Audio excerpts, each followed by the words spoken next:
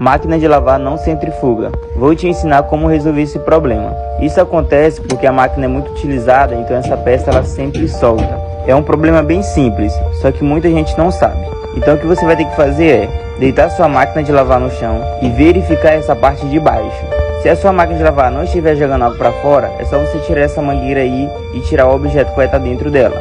Agora, se sua máquina de lavar não estiver centrifugando, o problema é esse atuador aí que solta, tá?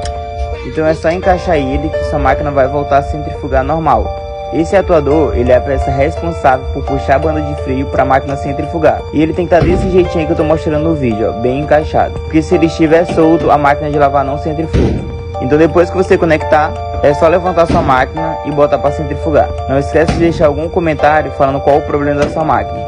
Se você gostou dessa dica, não esquece de curtir e me seguir para não perder nenhum desses conteúdos.